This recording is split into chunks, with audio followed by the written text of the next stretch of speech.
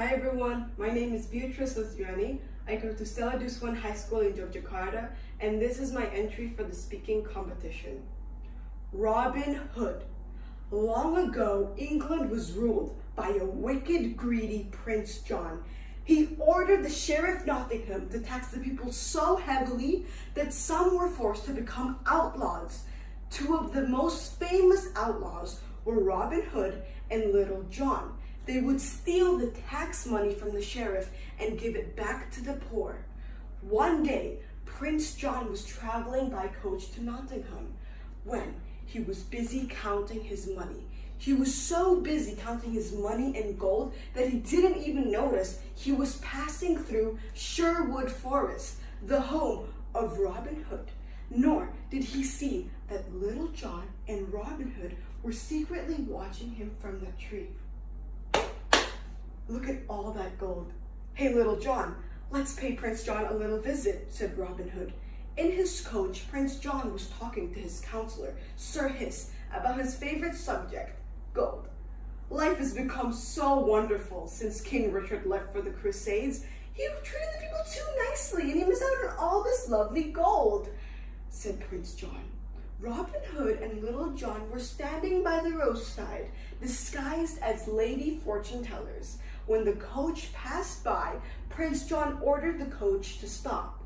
While Robin Hood told Prince John's fortune, he slipped the royal rings off of his fingers, and Little John helped himself to the immense amount of gold that Prince John had. Prince John never even knew that he had been robbed until Robin Hood and Little John escaped. Meanwhile, the Sheriff of Nottingham was busy collecting taxes. He even took the coin that Miss Bunny had given her only son, Skippy. The sheriff truly had no heart. Robin Hood didn't think little Skippy should go without presents on his birthday, so he gave Skippy a bow and arrow and his big hat as a gift. The first time Skippy tried the bow, his arrow flew into Prince John's castle wall. On the other side, he saw Maid Marian and Lady Cluck. Now, even though Marian was related to Prince John, she saw Robin's friend. Long ago, they had even been childhood sweethearts. One day, Robin's friend, Friar Tuck, came to Sherwood Forest with some news. Prince John is having an archery competition tomorrow. Maid Marian will kiss the winner. Everyone knew that Robin Hood was the best archer in all of England, so the next day, two strangers appeared at the tournament, a stork and a duke. Nobody will recognize us in these disguises. Look at us. I mean, I'll win the competition and the kiss, but no one will know that the winner of the competition is Robin Hood, said Robin Hood. Soon, the stork and the sheriff were the only ones left in the competition. And even though Sheriff tried to cheat by having the target moved, the stork made an amazing move and won. Prince John watched very closely, and Robin Hood came to claim his prize. But Prince John ordered his guards to seize him and gave him immediate death. But suddenly, Little John grabbed Prince John and told him to free Robin Hood. Once Robin was free, a big fight began. Robin and Little John fought off the guards bravely. Swords clashed and the arrows flew. Maid Marian was almost seized by the guards, but Robin somehow rescued her. He and his friends escaped into the woods, safely back in Sherwood Forest. All of them celebrated, and Little John sang a song making fun of Prince John. It was so funny that all of Nottingham was singing it. On hearing it, Prince John became very angry and commanded to double the taxes. But of course, nobody could pay, and the prisons were full. The sheriff even robbed the church and arrested Friar for objecting.